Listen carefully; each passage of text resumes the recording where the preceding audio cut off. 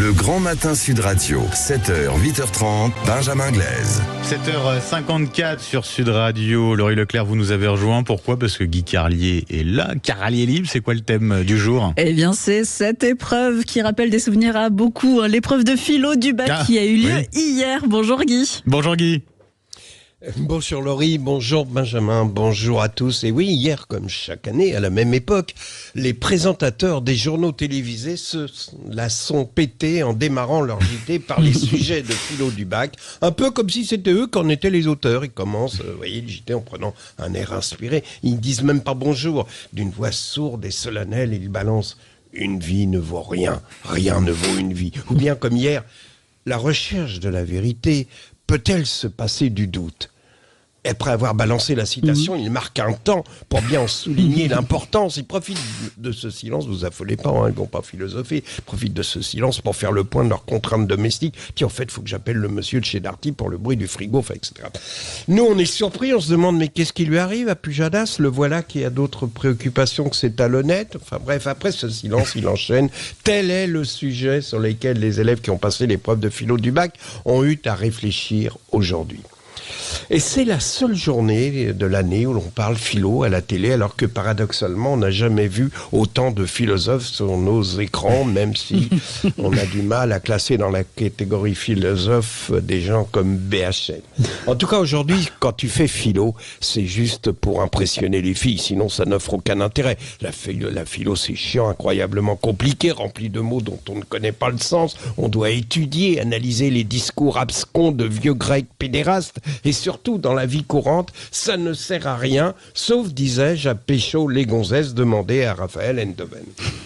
Je n'ai gardé, quant à moi, une seule phrase des cours de philo de mon lycée, dont la prof, qui s'appelait Madame Hawke, disait « Philosopher, c'est raisonner à base de mais. Mais, M-A-I-S. » C'est la seule chose dont il me reste de son enseignement. Mais je me souviens surtout que ces cours étaient un prétexte, un chahut incroyable. Et là, je vais m'adresser aux plus jeunes d'entre vous, ou aux plus puérils des plus anciens, ceux qui s'ennuient en écoutant une chronique philosophique. Et je vais vous raconter le souk qu'on foutait pendant les cours de Madame Hawke, avec un petit jeu qui consistait à crier son nom en faisant semblant de tousser, du genre... Vous voyez ? Mais très vite, ça partait en vrille et ça finissait évidemment dans la folie totale. Hawk ! Et à la fin, on toussait plus du tout, on hurlait juste son nom. Hawk ! Toujours est-il que la seule chose dont je me souviens, je vous disais, c'est qu'elle nous disait que la philo, c'est raisonner à base de mais. Eh bien, je pensais à Madame Hawke, pourtant, hier, en voyant Jérôme Cahuzac de retour dans les médias. Je ne sais pas si vous avez remarqué, ces derniers temps, il est là sur le thème « Ça y est, j'ai payé ma dette à la société, je reviens dans le game ». C'est là que j'ai pensé à la phrase de Madame Hawke. Philosopher, c'est penser à base de « mais ».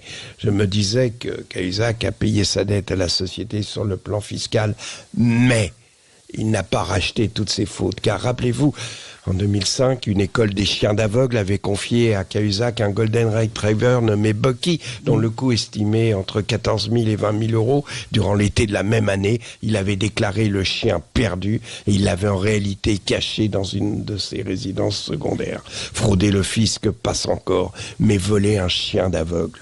Mais voler un chien d'aveugle.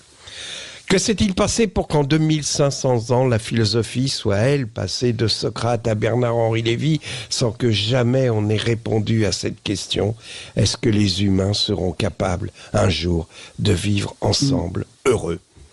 Au revoir et bonne journée.